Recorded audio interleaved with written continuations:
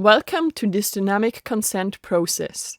In this video, we provide you with the knowledge you need to have to understand the current situation and the reasons why additional research is needed. First, we will give you an overview of the history to emphasize that knowledge and research is constantly evolving. Second, we take a closer look at the human genome, what it is and what it does. And last, we shortly introduce the Swiss Whole Genome Project. So, let's start with the history. From the antiquity already, human beings tried to find some theories to explain why there is a different species and what explains the resemblance between the generations. However, the greatest scientific advances have been made at the age of enlightenment. Among these, we mention a few. Pierre de Maupertuis, around 1700, wrote that modifications happens when two individuals reproduces, and this modification accumulates to create new races and species after enough generations. Georges Louis Buffon thought that what we call species are in fact varieties that have been modified by environmental factors of the same species. Carl von Linné created the taxonomy of species that gather together similar species in different groups and subgroups, for example birds or mammals. Jean-Baptiste Lamarck proposed that the living beings become more complex over time because of some internal dynamics specific to their metabolism. Nevertheless, he also proposed that diversification of living beings is due to adaptation that are made by the individuals.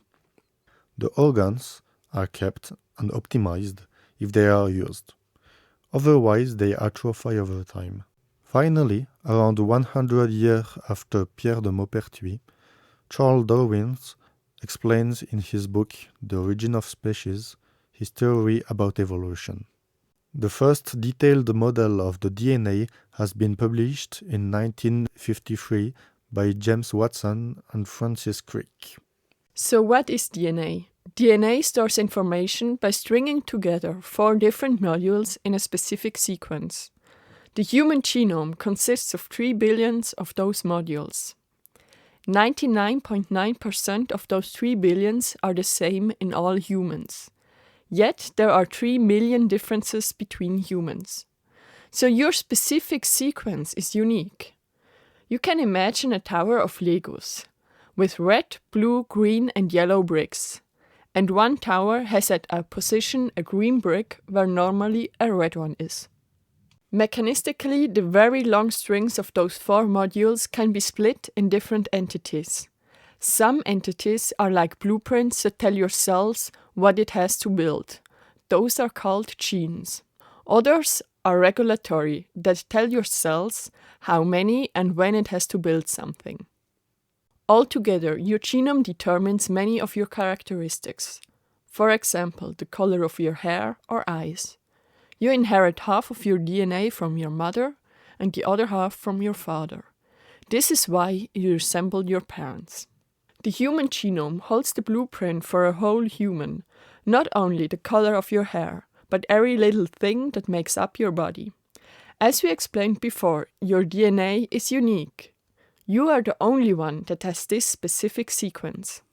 But certain changes at specific locations, also called mutations, you share with a lot of others. And some of those changes do not cause your hair to be lighter or darker, but may cause your cells to build something that makes you thick. Now, what does the Swiss Whole Genome Project? The first genome sequence was done between 1990 and 2003 with the Human Genome Project and cost around $3 billion. Nowadays, it costs around $1,000 and is done in some hours. These new technologies allow researchers to determine the sequence of many participants and then look for changes in the sequences that are shared between people suffering from the same disease. Today, however, we lack a large-scale database of genomes, which allows researchers to study still unanswered questions and make new discoveries. The Swiss Whole Genome Project aims at building such a collection of whole genomes.